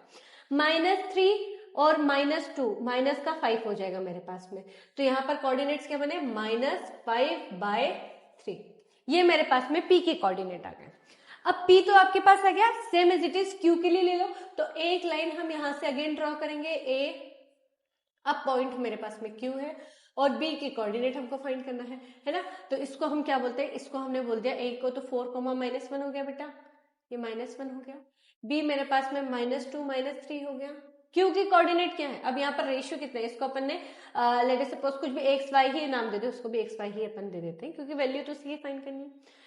a से q तक का रेशियो बताओ, a से q तक का रेशियो तो 2 होगा क्योंकि 1 + 1 तो 2 हो गया, तो ये 2 होगा, और q से b तक का रेशियो 1 हो जाएगा। तो मुझे बताओ q के कोऑर्डिनेट कैसे निकाल लोगे आप, q के कोऑर्डिनेट ऐसे निकालेंगे कि हम 2 + 1, 2 + 1, अब यहाँ पर 2 का मल्टीप्लाई करना पड़ेगा, 1 का मल्टीप्लाई करना पड़ेगा, प्लस यहाँ पर भी 2 का मल्टीप्लाई, 1 का मल्टीप्लाई, तो ये चल रहा है x, तो 2 मेरे पास में अगर इधर है तो मुझे इधर वाली टर्म देखनी है, मतलब -2 से मल्टीप्लाई करना पड़ेगा, 1 चल रहा है तो इधर वाला x देखना पड़ेगा, मतलब 4 से मल्टीप्लाई करना पड़ेगा। एज इट इज y चल रहा है, अगर आपके पास 2 तो y मेरे को -3 लेना पड़ेगा, इधर से -3 लिया, और अगर 1 चल रहा है तो -1 इधर से लेना पड़ेगा। ठीक है, अब आपको समझ में आ गई वैल्यूज कैसे पुट करना है, तो यहाँ से देख लो, 2 2 = 4, माइनस का 4 प्लस का 4 whole divided by 3, comma -6 -1 whole divided by 3, तो मेरे पास q के कोऑर्डिनेट्स क्या आ गया बेटा, q के कोऑर्डिनेट आ गए, ये तो 0 गए क्योंकि 4 में से 4 गया तो 0 3, और माइनस का कितना आ गया 7/3। तो देख लो बेटा, p के कोऑर्डिनेट्स आपके पास में ये थे और q के कोऑर्डिनेट्स आ गए हमारे पास में। तो कुछ इस तरीके से कोऑर्डिनेट्स फाइंड करना है, अगर ट्राई सेक्शन में बोल दे तो रेशियो देख लेना, रेशियो के अकॉर्डिंग हम उसमें वैल्यू पुटिंग करके लेके आएंगे और सॉल्व करके आंसर बता देंगे। तो समझ में आया, इंपॉर्टेंट क्वेश्चन है, इसको वापस रिवर्स करके अच्छे से देखना, समझना और सॉल्व करके देखना खुद से। ठीक है, नेक्स्ट करते हैं। चलो, ये भी एक अच्छे लेवल की एक्टिविटी का है, एक तरीके से मैं बात करूं केस बेस्ड स्टडी जैसे बनता है। आप लोगों को दे रखा है एक रेक्टेंगुलर शेप का, आपके पास जिस पिक्चर दे रखी है, तो एक स्पोर्ट डे एक्टिविटी करवाई, एक रेक्टेंगुलर शेप का स्कूल ग्राउंड था जिसे उसने ABCD बोला। यहाँ पर जो लाइंस दे रखी है चॉक पाउडर से दे रखी है और डिस्टेंस हर एक पॉइंट के बीच की 1 मीटर की है। हमारे पास में से 100 फ्लावर पॉट्स रखे, मतलब ये फर्स्ट ये 1 मीटर, फिर ये 1 मीटर, फिर ये 1 मीटर, 1 मीटर, ऐसे करते करते 100 हमारे पास में फ्लावर पॉट्स रखे हैं। ठीक है, मतलब 1 से लेकर 100 तक ये चल रहा है, सीधी सी बात है। अब आपके पास में यहाँ पर डिस्टेंस चल रही है AD हमारे पास में चल रहा है, ठीक है, जैसा दे रखा है। निहारिका 1/4 रन कर रही है, निहारिका भाग रही है 1/4 ऑफ AD, तो देखो निहारिका के लिए सॉल्यूशन कर रही हूं मैं, निहारिका कितना रन कर रही है, एडी का ऑफ का मतलब होता है मल्टीप्लाई, तो एडी पे कितना चल रही है वो 1/4 ऑफ एडी चल रही है हमारे पास में। तो अगर 1/4 ऑफ एडी है तो एडी टोटल कितना है, 100 फ्लावर पॉट्स रखे ना बेटा उस पे, तो 100 का 1/4 मतलब कितना 25 मीटर। तो मुझे बताओ निहारिका के कोऑर्डिनेट्स क्या हो गए, एन अगर इसको बोलूं तो निहारिका के कोऑर्डिनेट्स क्या हो गए। तो निहारिका अगर मैं देखूं एक्स एक्सिस पे तो सेकंड लाइन पे चल रही है, और y से कितना हो गया, y तो ये आ गया, तो x पे तो मेरे पास में 2 के डिस्टेंस पे 2 वाली लाइन पे है, और y पे 25 मीटर के डिस्टेंस पे, तो ये तो निहारिका के कोऑर्डिनेट्स हो गए। आए समझ में कैसे करा। अब फिर दूसरा कौन आ रहा है हमारे पास में, वो बोल भी रखा था सेकंड लाइन पे चल रही है और ग्रीन फ्लैग लगा रही है वो। ऐसे प्रीत आती है, अब प्रीत क्या कर रही है, वो इस पूरी डिस्टेंस का कितना चल रही है 1/5, तो पूरी डिस्टेंस 100, उसका 1/5 मतलब कितना मीटर 20 मीटर, और किस लाइन पे चल रही है वो 8th लाइन पे। तो प्रीत के कोऑर्डिनेट क्या होगा बताओ, प्रीत के कोऑर्डिनेट 8,20 होंगे, हाँ होंगे हमारे पास में, और रेड फ्लैग पोस्ट कर रही है। तो आपको दोनों फ्लैग के बीच की डिस्टेंस फाइंड करना है। इट मीन्स आपको फाइंड क्या करना है बेटा, इट मीन्स आपके पास में एंड पॉइंट अब मैं आपको बता रही हूँ क्या फाइंड करना है, एंड पॉइंट और पी पॉइंट के बीच की डिस्टेंस फाइंड करनी है। तो एन पी की डिस्टेंस बाय डिस्टेंस फॉर्मूला निकाल लेंगे आप, bye distance formula, √(x2 - x1) का whole square plus y2 - y1 का होल स्क्वायर, उस फॉर्मूले से तो एनपी की डिस्टेंस आ जाएगी। एक चीज क्लियर, ये आप खुद से करेंगे, मैं आपको छोड़ रही हूँ आपके लिए है ना, क्योंकि इंपॉर्टेंट क्वेश्चन है, आप खुद भी तो ट्राई करो। फिर आती है रश्मि। अब रश्मि क्या कर रही है बेटा, पोस्ट कर रही है ब्लू फ्लैग। कैसा, क्योंकि एक ने रेड लगाया एक ने ग्रीन लगाया, और उन दोनों के बीच में एग्जैक्टली बीच में half way of the between line segment of 2 flags, वो कहां पर पोस्ट करेगी अपने फ्लैग को। तो देखो मेरी बात, रश्मि आ रही है, उसने ब्लू फ्लैग लगाया है ना, नीला झंडा के लगाया, अब कहां लगाएगा, उन दोनों के एग्जैक्टली मिड में लगाएगा। तो मुझे बताओ यहां से अगर मैं काउंट करूं, ये तो सेकेंड लाइन पे है, ये कितनी लाइन पे है 8th लाइन पे, तो मेरे पास में इन दोनों के अगर मैं बीच की बात करूं तो 5th पोजीशन ऐसा पॉइंट है जो दोनों के पास में इक्वल डिस्टेंस पे, तो 5th लाइन पे तो होगी वो मेरे पास में, तो यहाँ कहीं जा रही होगी, और मान लिया इन दोनों ने यहाँ पर पोजीशन है, तो एग्जैक्ट इन दोनों के बीच में कहीं आ रही है ये पॉइंट, तो इस पॉइंट के मुझे कोऑर्डिनेट्स बताने हैं। तो कोऑर्डिनेट्स कैसे बताओ, ये सब हटा रही हूँ है ना, आप खुद से निकाल लेना इसको। अगर मेरे पास में निहारिका ने एक फ्लैग लगाया होगा और उसी पॉइंट पे ये फ्लैग लगाया है पी, दैट इज प्रीत ने लगाया है, इन दोनों के बीच में आती है रश्मि ने यहाँ पर कहीं पर फ्लैग लगाया, दोनों की इक्वी डिस्टेंस पे है वो हमारे पास में, और अगर इक्वी डिस्टेंस पे है बेटा तो आप क्या बात कर रहे हो, ये दोनों से इक्वी डिस्टेंस पे, क्योंकि उसने बोला ना एग्जैक्टली हाफ में बीच में बिल्कुल, तो इसके रेशियो कितने हो जाएंगे 1:1 हो जाएंगे। तो आप मुझे बताओ इसके कोऑर्डिनेट x, y आप नहीं निकाल सकते हो क्या। अगर आपको यहाँ पर कोऑर्डिनेट्स दे रखे थे तो निहारिका के कोऑर्डिनेट क्या थे 2,25 थे, और प्रीत के कितने कोऑर्डिनेट थे x, 20 कोऑर्डिनेट्स थे। तो मुझे बताओ क्या आप लोग बाय सेक्शन फॉर्मूला इस x और y के वैल्यू नहीं फाइंड कर सकते थे क्या। अब आपने एग्जैक्टली हाफ वे की बात करी, तो याद रखो बेटा कभी भी अगर मेरे पास में मिड पॉइंट की बात कर दी जाए तो मिड पॉइंट कैसे निकालते हैं हम, कुछ नहीं करते, x1 और y1 को प्लस कर दो, क्योंकि ये तो डिवाइड बाय 2 ही रहेगा। तो आप क्या करो, मिड पॉइंट निकालने के लिए फॉर्मूला होता है x1 plus y1, x1 plus x2 को डिवाइड करके 2 से डिवाइड कर दो, y1 और y2 को प्लस करके डिवाइड बाय 2 कर दो, डायरेक्टली आंसर आ जाएगा। देखो 8 और 2 कितना हुआ 10 हुआ, 10/2, और 20 और 25 कितना हुआ मेरे पास में 45/2, तो इसको मैं कट कर दूंगी तो मेरे पास में कितने कोऑर्डिनेट आ जाएंगे 5,45/2, एंड दैट्स द आंसर। कहां पर पोस्ट करेगी अपने फ्लैग को, तो 5,42 पे 5th लाइन पे करेगी हमारे पास में, और ये उसके कोऑर्डिनेट आ गए हमारे पास। तो आपको समझ में आ गया कि किस तरीके से इस क्वेश्चन को अप्रोच करना है। आप लोग इसी तरीके से करेंगे, जो भी इंफॉर्मेशन दे रखी है, अगर डिस्टेंस पूछा है तो डिस्टेंस फॉर्मूला, सेक्शन पूछ रहा है तो सेक्शन फॉर्मूला, है ना, टुकड़ों में एग्जैक्टली मिडवेड लगा रही है तो आपको उसके कोऑर्डिनेट्स बताना है, तो बस बाय सेक्शन फॉर्मूला आप यूज करेंगे और आंसर आ जाएगा। क्लियर, चलो नेक्स्ट क्वेश्चन करते हैं।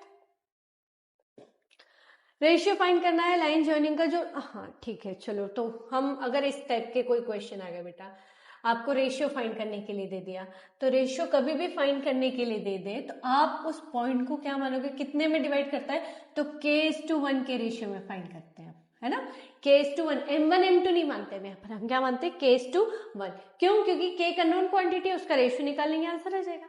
तो देखो हमारे पास में कौन सा पॉइंट है, -1,6 से जो इनको डिवाइड कर रहा है, इस पॉइंट को मान लिया मैं क्यू नाम देती हूँ, इसको मैंने -3,10 बोला, ये 6, -8 हो गया। तो मुझे बताओ ये इसको रेशियो में डिवाइड कर रहा है, तो Q के कोऑर्डिनेट 1, -1,6 सेक्शन फॉर्मूला के अकॉर्डिंग आना, तो डायरेक्ट लिखो 6k-3 whole divided by k+1, है ना। अब तो आई होप आप लोगों को समझ में आ गया होगा, तो इतनी प्रैक्टिस तो हो ही गई होगी। -8k + 10 whole divided by k+1। अब ये दोनों इक्वल है बेटा, ये दोनों कैसे इक्वल ही है, तो किसी भी पॉइंट को किसी के भी इक्वल ले लो, तो मैं इसको इस वाले के x वाली टर्म को इक्वल ले लेती हूँ, तो 6k-3 whole divided by k+1 को मैंने इक्वल कर दिया -1k। अब इसको पूरा उठा के उधर लेके जाएंगे तो 6k-3 -k-1 हो जाएगा, है ना, और ये माइनस का k इधर आएगा तो प्लस का k हो जाएगा।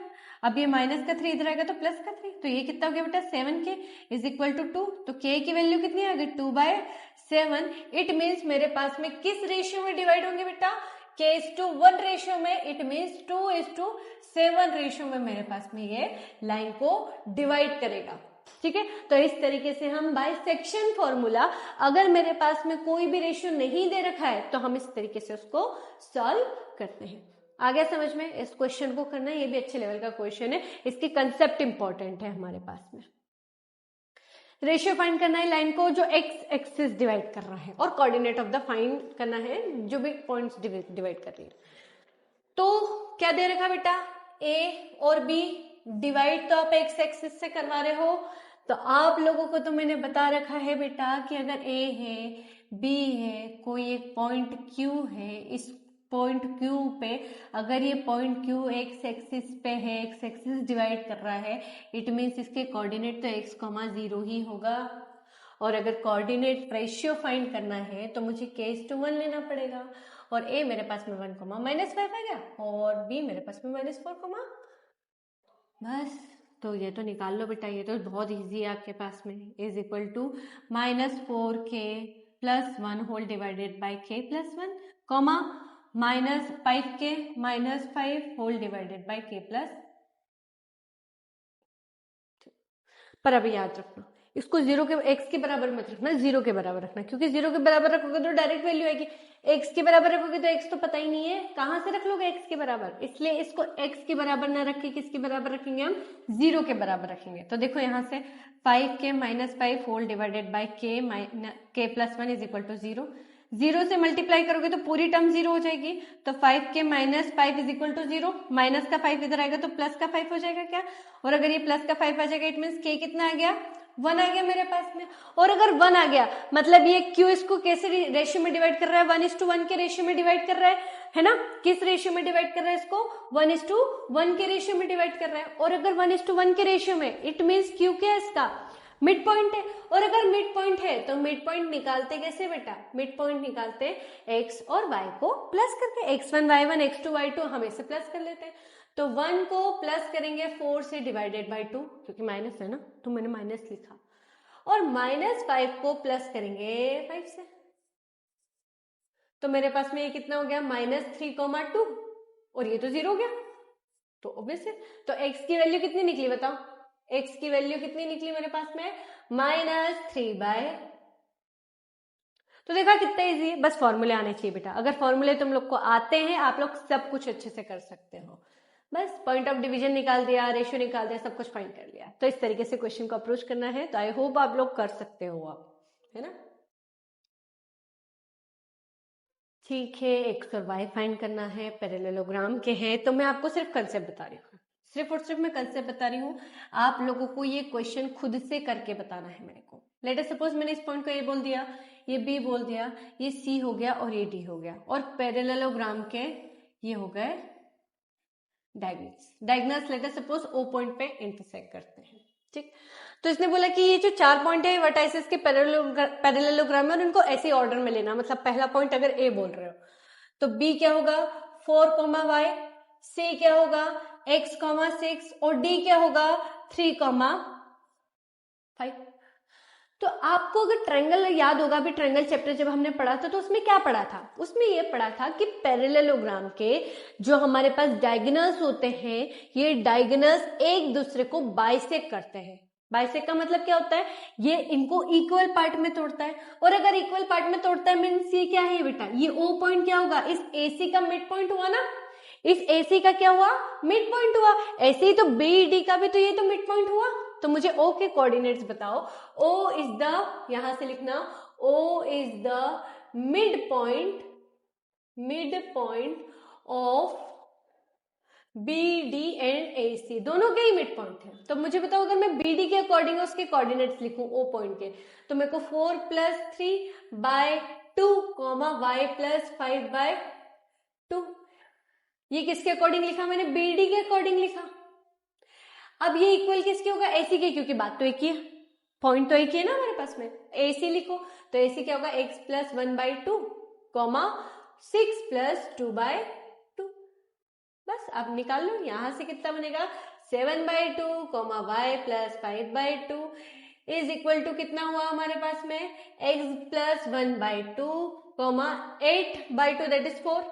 अब मेरे पास में इक्वेट कर दो इनको, तो इक्वेट करोगे तो क्या होगा x वाली साइड के, तो x1 7/2 के बराबर, ये से कैंसिल, तो x की वैल्यू कितनी आ गई बेटा 6।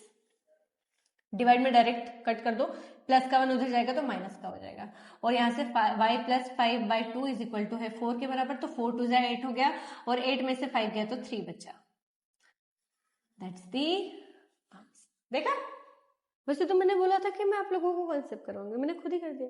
ठीक है, तो चलो इस पे प्रैक्टिस कर लेना बेटा, क्योंकि ये क्वेश्चन इंपॉर्टेंट है, इसलिए जो मैं मुझे लगता है इंपॉर्टेंट है तो मैं खुद करवा देती हूँ, जो मुझे लगता है कि आप खुद से कर सकते हैं तो मैं आपके लिए प्रैक्टिस के लिए छोड़ देती हूँ। तो आगे करते हैं 7th क्वेश्चन।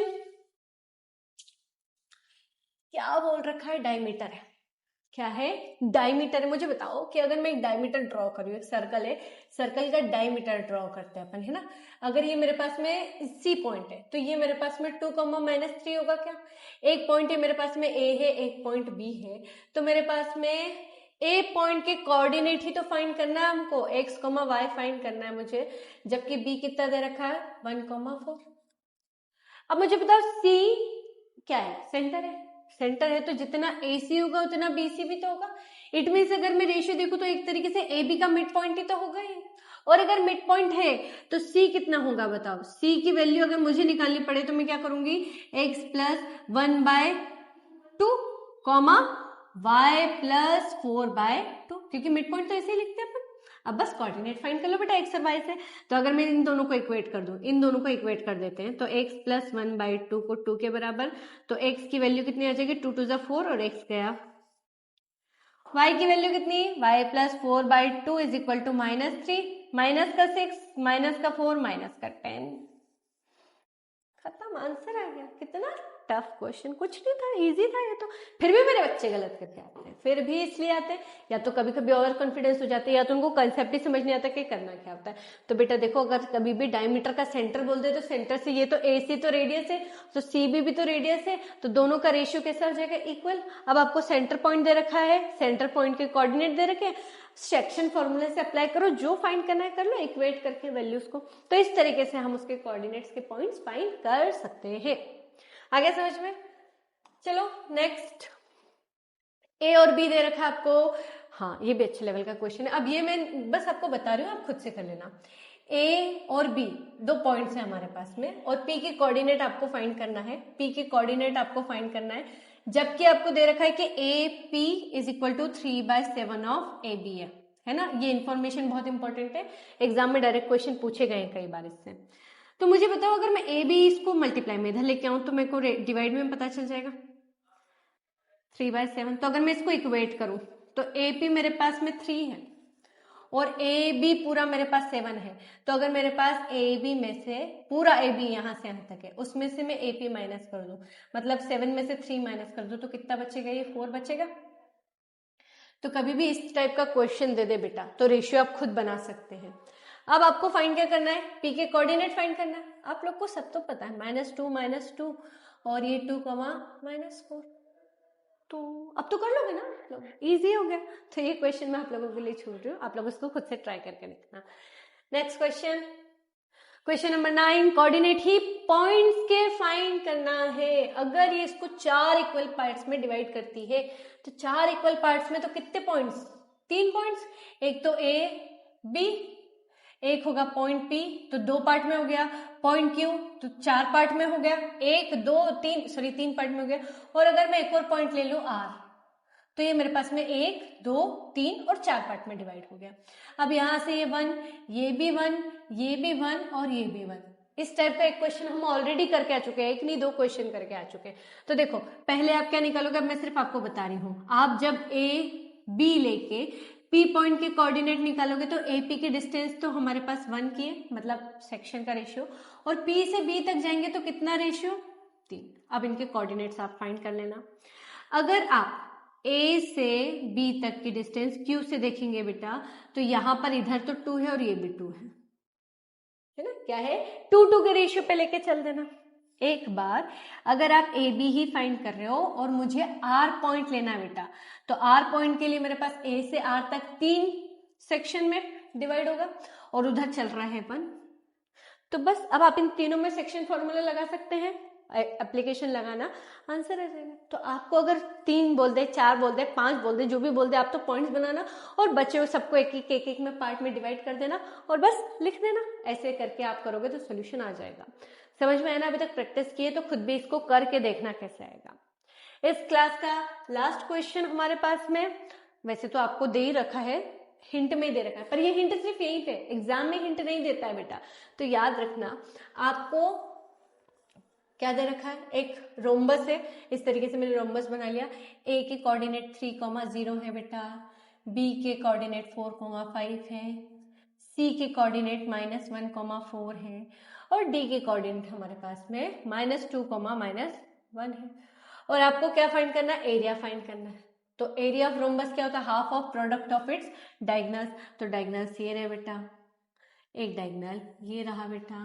तो मुझे बताओ ये डायगोनल्स है तो ये डायगोनल्स एक दूसरे को करेंगे तो बाइसेक्टिंग है ना। तो ओ के आप क्या निकाल लो, यहाँ से कोऑर्डिनेट निकाल लो, बाइसेक्ट, या तो फिर ए सी के डिस्टेंस निकाल लेना, बी डी के डिस्टेंस निकाल लेना, दोनों के डिस्टेंस निकाल लोगे हमारे पास में डायगोनल्स आ जाएंगे। तो ए सी इंटू बी डी, दोनों के कोऑर्डिनेट्स और डिस्टेंस फाइंड कर लेना, आपके पास में आंसर आ जाएगा। तो ये क्वेश्चन भी आप ट्राई करके देखना, उसके डायगोनल्स निकालना आप लोग और उसके डायगोनल्स से आप फिर वैल्यूज को फाइंड कर सकते हैं। तो ये हो गए हमारे पूरे क्वेश्चंस खत्म, हमारी एक्सरसाइज कंप्लीट, चैप्टर क्लोज। ठीक है, चलो सो थैंक यू क्लास, आज की हमारी क्लासेस ओवर हो गई और आप लोगों ने जैसा देखा पूरे क्वेश्चंस को अच्छे से पढ़ा समझा, और मैंने आप लोगों को जैसा कि बताया था स्टार्टिंग में कि हम कुछ IMP क्वेश्चन भी करने वाले, तो साथ ही साथ मैंने आपको बता दिया कि एग्जामिनेशन पॉइंट ऑफ व्यू से कौन कौन से क्वेश्चन हमारे लिए इंपॉर्टेंट है। तो उन पे प्रैक्टिस करना बेटा, अच्छे से मेहनत करना और बोर्ड एग्जाम में अच्छे मार्क्स लेके आना। ठीक है, कोई भी डाउट हो किसी भी तरीके का आप मुझसे कांटेक्ट कर सकते हैं, या फिर आपका कोई भी डाउट हो आप कमेंट में पिन कर सकते हैं। ठीक है, मैं ट्राई करूंगी कि आपके सारे क्वेश्चंस को सॉल्व करवा के दूं आप तक, और इसके बाद में आप लोगों के हम बाकी रिमेनिंग चैप्टर्स को जल्दी कंप्लीट करेंगे। तो तब तक के लिए अपनी पढ़ाई को करते रहें अच्छे से और अपने बोर्ड्स के लिए अच्छे मार्क्स टारगेट करें। Best of luck, bye bye.